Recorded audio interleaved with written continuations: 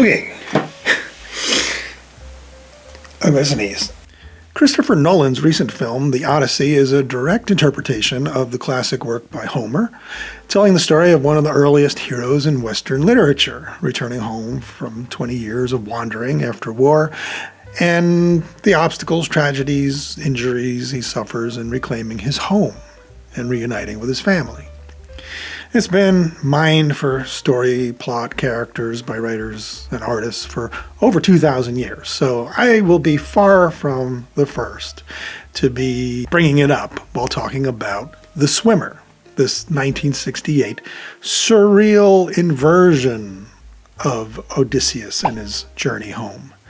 This 1968 film starring Burt Lancaster takes the idea of an epic hero and lays it over a modern, for 1968, sensibility, with the film's protagonist, Ned Merrill, emerging from the woods in Connecticut one day without any explanation, as if he just sort of manifested from our collective minds. And he plunges into the swimming pool of some old friends who haven't seen him around lately. These first friends of Ned's are the furthest geographically from Neddie's home and the most removed from perhaps local gossip. So they accept that whatever Ned tells them is probably the truth. I mean, Ned seems okay, except for wandering around the countryside in his bathing suit, but it's summer and there seems to be an implicit pool party culture between these New England families. So everything's okay with Ned Merrill. Or is it? When he mentions his wife, Lucinda, and how everybody should come over later to say hello, they seem a bit confused. So now we know something is up with Lucinda that we don't quite know about yet. But they change the subject back to swimming pools, and Ned is struck by an idea now. All the sprawling properties in a row across the ridge, each has a pool, and if he hits them all one by one, he can, in effect, swim home. Now he calls this the Lucinda River after his wife, and while they all think that he's joking, well, he's not. Ned sees a quest before him. But he's missing some recent history.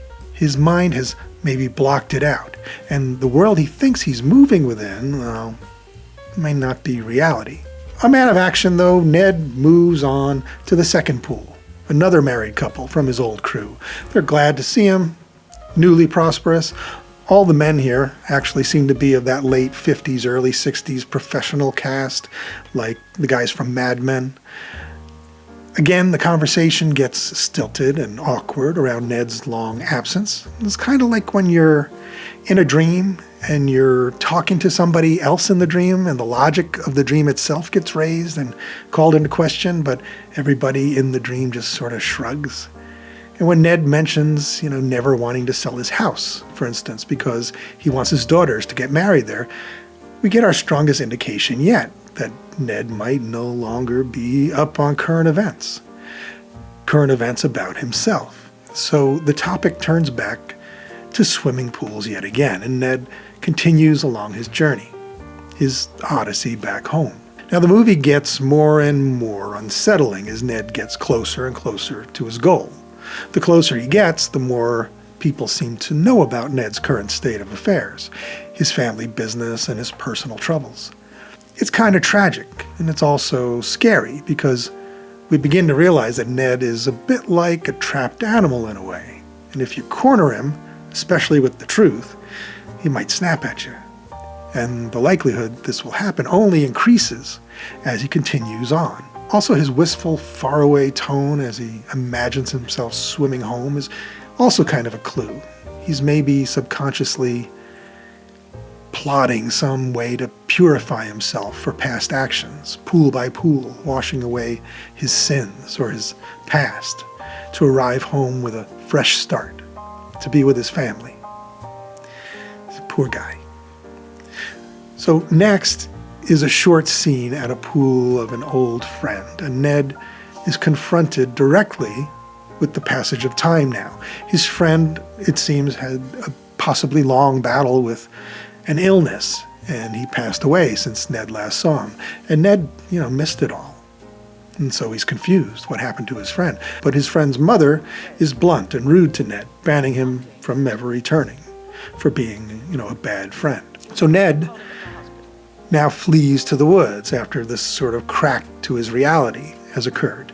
And he sort of now has a Blade Runner type of moment. He seems to imagine a black horse, not a unicorn, but a horse, which maybe here is a symbol of, death, maybe, but also of his free spirit and his vitality and freedom. The horse seems to suddenly become real, and Ned races it on foot, and he ties with it.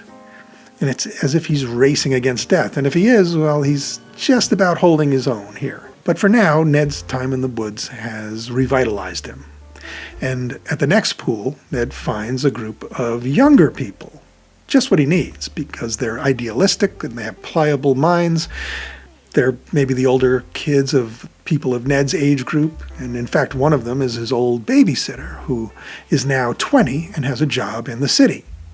And she agrees to accompany Ned on his journey for a while. And this, we start to think, is maybe going to be the most unsettling sequence of the film. And, we'll be wrong about that.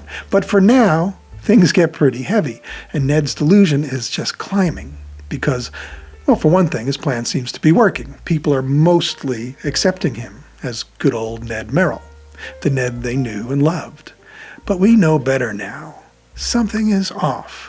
And this babysitter, Julianne, who had a girlhood crush on Ned when she babysat his girls, makes the mistake of revealing her past feelings for him. Maybe, she's thinking that as adults now they could have a laugh about it, but no such luck. Ned is only fueled more by her propping up of his delusion, her acceptance of his quest, and her likening him to a heroic explorer, all amplifying the odyssey in Ned's mind. And it kind of sticks there for later. We'll get back to that. Okay, now the two arrive at another pool party, a big one. This seems to be the day for them. And here there are loads of people who are delighted again to see good old Neddy. They know a little more about his past. One pal leads us to believe that Ned was replaced at his job by a young hotshot. And, maybe that's when his finances took a turn south. Another interaction reveals that the word is out on Lucinda, that she's no longer around. And, Ned Merrill's ego needs to be celebrated as a success and a force to be reckoned with. That's the whole status bubble that these folks exist in. He needs to be seen as a virile male specimen. And as I watched the film a second time, I started to suspect that maybe Ned, while seeing himself as a noble figure, also has a lot of cognitive dissonance going on. And the movie becomes more and more about, the self-image that men in our culture grow up with, raised to project maximum masculinity, even have arrogance about it. Affairs and infidelity seem to be written into their source code in this film. And I couldn't help but think on a second viewing that while Ned sees himself as a noble protector, appearing here with a 20-year-old blonde will, somehow boost his currency. Julie is, a kind of human shield for Ned here. And as sad as that is, it's also important because what happens next with Julie in the woods is instrumental to Ned Merrill finally beginning to crack. He can't have it both ways. Julie is his 15-year-old babysitter, but also she's a 20-year-old working woman in Ned's brain at the same time. When you watch the sequence with Julianne, you realize here is what John Cheever, who wrote the original story that this film is based on, meant when he said he was inspired by the myth of Narcissus. We can kind of see Ned Merrill as a very broken narcissist and Julianne as his adoring water nymph Echo. Julie once saw Ned, as a god. That's actually a line in the movie. Except here, as Julie tells us, she grew up and can no longer do that. And Ned, as we're told by others in the film, never did grow up and maybe never could. He, as the Narcissus myth goes, never got to know himself. And in not seeing his real self, being instead in love with a false idea of who he is, his, big macho man ego, well, in betraying himself like that, he became doomed. Julie very wisely refuses Ned at a certain point, sensing he's just, not right somehow. And before she goes, he expresses his feelings through the Song of Solomon, the raciest part of the Bible, while we're on cognitive dissonance. And Ned also seems to let slip his repressed regrets about his own daughters. He now offers to come to the city every day and escort Julie on her stops at work, to take care of her in a way. So Julie takes off, and Ned's demeanor abruptly changes with that rejection. He's a little bit more desperate after this. He then visits an older couple, the Hallorans, and they're nudists, in case, you were getting bored, and they're rich, and their nakedness seems sort of to be a way of thematically undermining, even mock Ned's meager disguise, his swim trunks. We wonder after a while if Ned even owns a pair of clothes at this point. And we wonder if his trunks are conveniently appropriate only for this short moment in time at the end of the summer, when he can make the most of this pool hopping and work his way back into a feeling of belonging again with these people and how things used to be for him. And the Hallorans' nakedness seems to, one-up him. Even wearing less than Ned Merrill, they have real status and maybe less pretense. The Hallorans also seem to be at odds with the rest of the town, steering its politics like, actually this scene reminded me of those moments in movies like, Clash of the Titans or Jason and the Argonauts, the type of scene where we cut to Zeus and Hera and the gods up in the sky, puppeteering the humans below in their events. And here with Ned, the half-god, remember, appearing to rebuke and defy their manipulations, kind of echoes back to those sorts of movie scenes. And Ned asks the Hallorans to put him down for a $1,000 table at the benefit that they're organizing. And they seem to know that Ned is broke and only grudgingly do it. But it's important to Ned because it's sort of a social register to have your name appear in, as though continuing, with his magical thinking, being put down in ink might manifest his reacceptance into society, if you read the Hallorans in that supernatural sort of way. But they cross him out the moment that he leaves, and Ned continues on his way after using their pool. Their refusal to play along with his self-deceiving odyssey further sets him on the path to confronting harsh reality. It's not if Ned's gonna come crashing down after this scene, but when. And now we get to the Gilmartins' pool, a very interesting little scene with a little flute-playing kid selling lemonade and oddly alone at the gate, like some kind of apparition, perched there like Pan or a guardian to some level of the underworld, where Neddy is finally confronted explicitly by his own dementedness as he first tries to impress the child with the same self-absorbed legend he touts about himself, how his daughters look up to him, how he's admired and his own man. But soon his self-deception is undeniable. And I really wondered after a while if little Kevin was even real. Ned continues his swimming here in an empty pool, creating a fiction for the boy and for himself, that if you pretend hard enough, that whatever you pretend is real to you. And he clings to that until the danger he's now put this child in triggers a parental panic in Ned, thinking Kevin might take his advice too literally and hurt himself. Ned is here forced to act as a real, responsible adult, just for a moment. And it's the only time in the film that he does. And by doing so, he must face his fantasy of himself as not only completely hollow, but maybe even as something that has the capacity to harm others. And so it follows, maybe it already has. Now Ned reaches the penultimate private pool. Now there's also a public pool later, and that's more a circle of hell than a part of Ned's Lucinda River. But this pool is an absolute monstrosity. It's an edifice to rampant consumerism and suburban excess. It was practically made to be found overgrown and decayed in 20 years.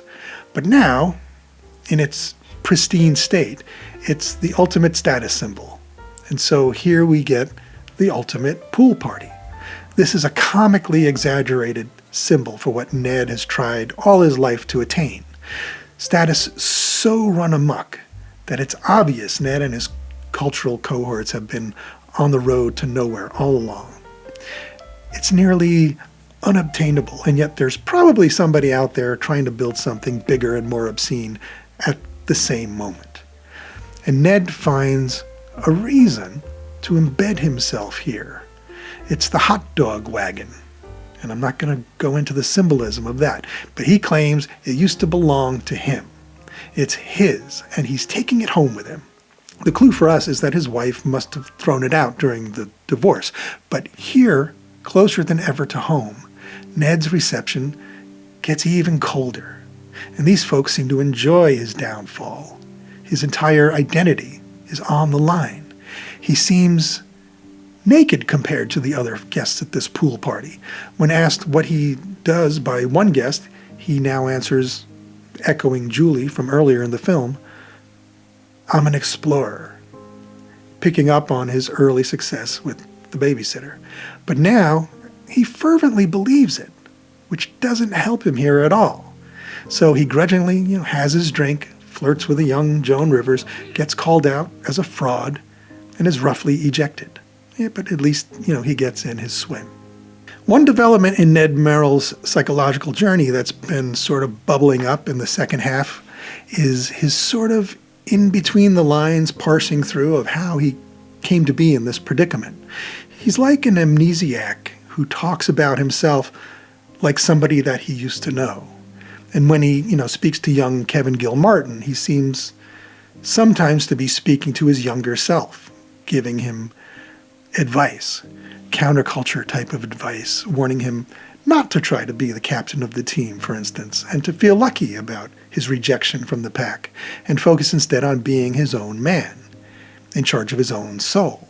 And it's as if he knows on some deep level that he's already lost his own.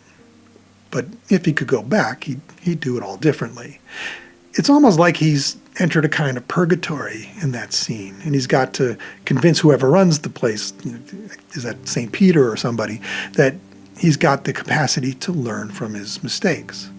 Or, maybe he's just trying to get into a purgatory in order to earn his second chance. But it doesn't really matter because nobody's buying what Ned Merrill is selling. Ned lapses into his old, cheap pickup lines with Joan and reveals what he still apparently believes of himself. You're no different than any other guy. Oh, but I am. I'm a very special human being. Noble and splendid. You hear about those people who've experienced the psychotic break and think they're a holy figure? Well, we're getting there with Ned. But Ned has a uniquely male psychosis, all caught up in the macho pursuit of status symbols of the time and sexual prowess. He still tries to feel virile and relevant, even in this unfriendly environment. And so you could probably guess whose pool is next. His ex-mistress, Shirley Abbott. And this is Ned's delusional last stand. If he's in purgatory, this is where he fails. At least it's where he meets his match. And Shirley, though the wounded paramour in part, is also his Odyssey's greatest opponent. Almost immediately, she destroys his fantasy of swimming home. She asks, "Will you ever grow up?" And displays for Ned something that's been hard to find in this film. A real, functioning adult. Now, she has her weak spots, yes. She takes her lumps in this exchange with Ned. She's only human, but she goes toe-to-toe. But she also lost everything in a way. She's also suffering. The difference is she has grown up. She's practical. Shirley draws out Ned's insanity, and finally we get everything we need to know just from her face. When she finally takes pity on Ned and offers to drive him home. No. I can't go in a car. It's impossible. I'm swimming home. God. He can't go by car, because if he goes by car, dropped off by someone who sees through him, he'll find one reality, the truth. But if he goes home via his fantasy, by this purifying water, on his quest along the Lucinda River, this baptismal, forgiving route, basically by magic, then there'll be atonement, and he'll find the life that he lost again. He's clinging now to the last moments of a dream, and you get that feeling like you're in a dream, and it's time to wake up, but you don't want to. That's how Ned is feeling right now. Now he draws Shirley into his dream, and the two spar, and Shirley's truth goes against Ned's illusions, and Shirley wins. So now Ned basically just breaks in half. His self-image is torn apart. He leaves Shirley's pool a broken man, and from here on, he maybe mumbles a lie or two about himself in self-defense, but gone is any bravado or spirit. He's exhausted. He stumbles towards his home. He crosses the interstate in his trunks, looking more and more out of place, his magical moment and disguise fading minute to minute. He's an abject figure. People throw trash at him from moving cars. He's rejected by the gatekeepers of the last pool, the public pool, which is a chaotic and miserable and frankly, very much like all public pools I've ever been to, minus the teenage wannabe cops posing as lifeguards. But there is still a guy whose job seems to be to make sure everyone's feet are clean before they swim, and he gives Ned the business, sending him back twice to wash his feet again. Oh, there's a subtext in this film that's all about feet, and I'm not going to get into it because I haven't wrapped my mind around it, but it's definitely there. Ned starts out play acting royalty and kissing the feet of his friends' wives with great dramatic flair while quoting the Bible. And there's, little bits of business with feet, close-ups and concerns throughout the film. At Shirley Abbott's, of course, she kicks him right in the face when he tries to pull that with her. And now, instead of the anointed feet of earlier in the film, Ned's are those of what he's become, essentially a broken, homeless person whose chances of survival drop precipitously as soon as he can't walk very well, and Ned is not walking very well. So now Ned limps the gauntlet of the final pool, where he's finally confronted by a sort of Greek chorus of people that he's wronged. These are honest, working-class folks. There's a burger joint owner and a grocer and their wives who have no pity for Ned whatsoever and no patience for his fantasy. They make it very clear he's lost all his money and his status. His daughters are considered rude and wild in the town. They've wrecked the family car and think of Ned as a willing fool. Ned flees in the face of these truths, still hoping that his magical means might grant him some salvation, and finally finds himself at the front gate of his home. It's overgrown and rusted over. Ned's wife and daughters are long gone. We'll never know whether, had Ned lived more admirably, actually been the captain of his own soul, as he advised young Kevin Gilmartin to be, that he'd maybe still have, some salvation. Even with the loss of his job and status, maybe at least love was still possible. If he wasn't running around, if he really was noble, we'll never know. And more so, he'll never know. He bought into a culture of sheer illusion, mostly the illusion of what a man is and how a man acts, needing to be admired and propped up, wise, beloved, and, irresistible. A legend in his own mind, essentially, and, we're seeing more and more of those in our own time. But Ned Merrill starts out with Narcissus and Homer's Odyssey, but winds up in Dante's Purgatory, where your earthly status is ripped away and you're left only with the merit of your own soul and life lived to account for you. He's been on an at times harrowing and surreal trip manifested in the filmmaking. This movie thinks nothing at all about the conventions of cinematography, which is wonderful. It does whatever is effective. There's glare in the shots, there's montages, there's crossing the 180-degree rule, scenes having obviously been reshot later on different film stocks with only vaguely matched hair and makeup on the actors. And it's just cut together with footage that they already had. But because Ned Merrill has lost touch with his reality, and even any sense of the passage of time, this actually enhances the film and makes his character work better. But what's my takeaway for watching The Swimmer, especially here on Dad After Dark? I think all of us have a little Ned Merrill in us, needing to be loved, needing to be admired and respected, but also fearful. The fear of being replaced, the fear of not measuring up. The film is strewn with examples where people engage in boasts to build up their worth, where people are replaced despite their finest efforts.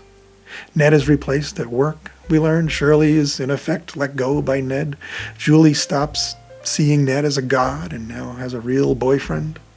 And in keeping with all the biblical quotes and allusions in the film, Ned stumbles back into his former home, now wild and untamed, like some disgraced Adam, sneaking back to the garden full of regrets, with wrathful thunder overhead, banished and unloved, and finally, just driven mad.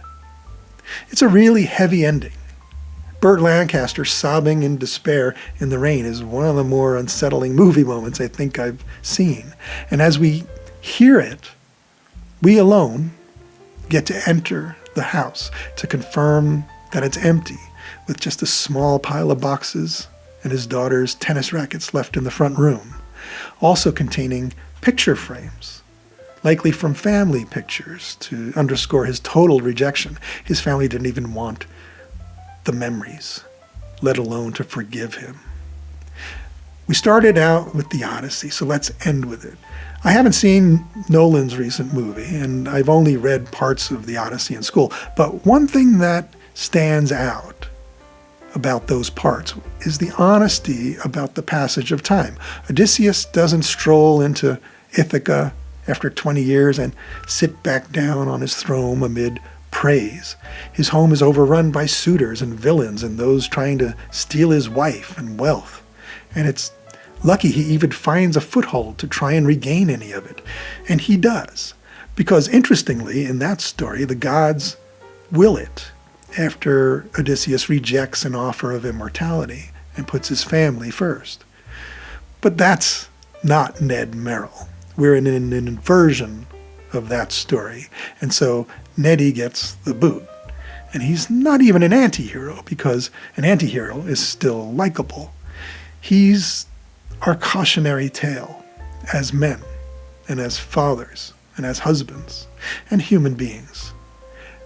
To be the captain of your own soul, that's a pretty good takeaway, I think. Okay, thanks to my channel members scrolling on the screen right now. Please like and subscribe below.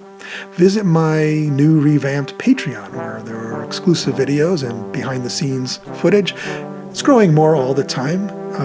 Check back every now and then. You'll see new stuff there. Buy a shirt down in my store. Prop up my fragile male ego, if you would. And I'll see you next time.